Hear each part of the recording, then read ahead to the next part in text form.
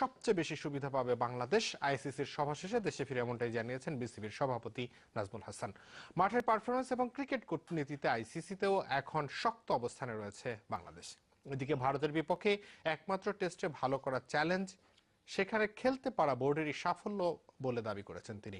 আর 15 March বাংলাদেশে বসছে 8 জাতির অংশগ্রহণে এসএসসি এমার্জিং কাপ। হায়দ্রাবাদে 9 ফেব্রুয়ারি থেকে শুরু হতে যাওয়া ভারতের বিপক্ষে একমাত্র টেস্টের একাদশ গড়তে হিমশিম খেতে হচ্ছে বাংলাদেশকে। ইনজুরি এখন সবচেয়ে বড় প্রতিপক্ষ। তারপরও সাকিব, তামিম, মুশফিকদের মতো বিশ্বমানের ক্রিকেটাররা দায়িত্ব নিয়ে খেললে ভালো কিছু করা সম্ভব, দাবি বিসিবি সভাপতির। প্রবাবলি দ্য টাফেস্ট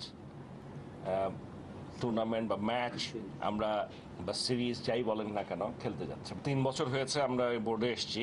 ইন্ডিয়ার এই সফর প্লাস আইসিসিতে বাংলাদেশের অবস্থান, এই দুটাকে আমি সবচেয়ে উপরে ধরবো যে এটা একটা আমি মনে করি ভালো জায়গায় এসেছি। সদ্য সমাপ্ত আইসিসি সভা থেকে বাংলাদেশের জন্য সুখবরই নিয়ে এসেছেন নাজমুল হাসান। নতুন ক্রিকেট কাঠামোয় আগের চেয়ে বেশি সুবিধা পাবে বাংলাদেশ।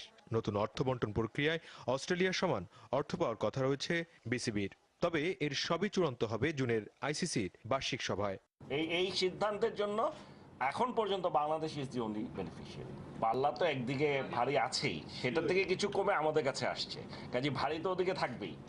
মানে সেটা যে চেঞ্জ হয়ে যাচ্ছে তা না, ওখান থেকে আমাদের কাছে আসছে। But basically it's almost equivalent, যে অন্য উপরের দিকে যারা আছে অন্যদের মতোই আমরা পাবো।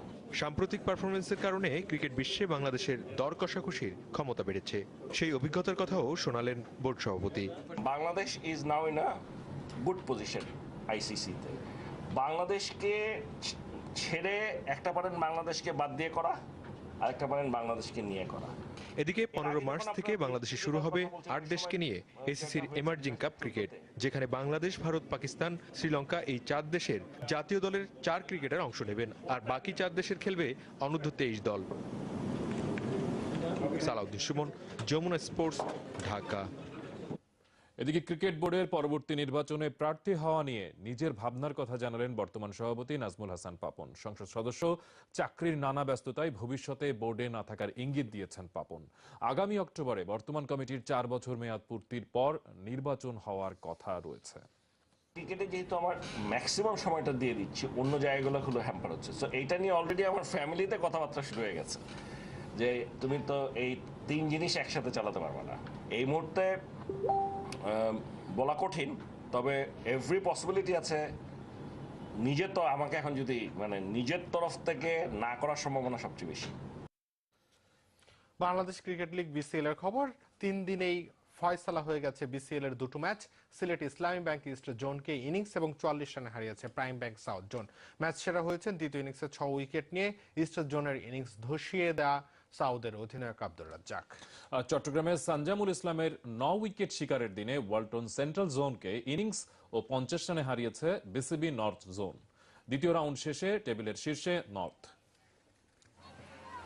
ফলোঅনে পড়ে আগের দিনই নিজেদের দ্বিতীয় ইনিংসে 5 উইকেট হারিয়ে বিপাকে ছিল ইস্ট জোন।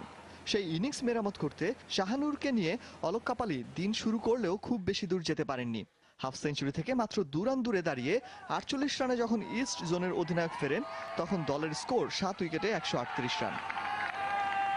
তবে শেষের আগে টেস্ট ক্রিকেটে 10 নম্বরে ব্যাট করতে নেমে অভিষেকেই সেঞ্চুরি করা আবুল হাসান রাজু যেন ফিরিয়ে আনতে চাইছিলেন 2012-র খুলনার সেই স্মৃতি।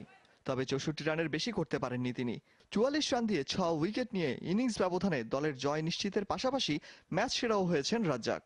টেস্ট প্রিপারেশনের জন্য আমাদের একটাই মাত্র জায়গা এখানে, একটা বলতে 2টা টুর্নামেন্ট, ন্যাশনাল লিগ আর বিসিএল। তো এই 2টাতে আমাদের আমার মনে হয় যে যত ইনজুরি তো আলাদা ব্যাপার, তো যতটা ইনভলভ করা যায় ন্যাশনাল প্লেয়ারদের বা যারা পাইপলাইনে আছে। তবে চট্টগ্রামে এদিন রাজ্জাককেও ছাপিয়ে গেলেন সানজামুল হক। নর্থের করা 503 রানের জবাবে ফলোঅনে পড়ে দ্বিতীয় ইনিংসে শুরু থেকেই ভাঙন সেন্ট্রাল জোনের। কেবল আব্দুল মজিদ রান আউটে কাটা পড়ে বেঁচে গেছেন। বাকি 9 উইকেটই ঝুলিতে পড়েছেন বাঁহাতি স্পিনার সানজামুল। আব্দুর রাজ্জাক, মোশাররফ রুবেলের পর তৃতীয় বোলার হিসেবে 9 উইকেট পেলেন তিনি।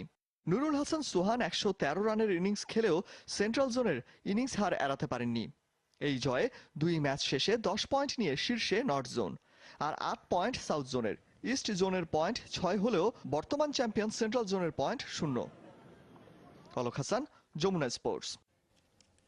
ভারত সফরের ব্যর্থতার দায় নিয়ে দায়িত্ব ছাড়লেন ইংল্যান্ডের টেস্ট অধিনায়ক অ্যালাস্টার কুক।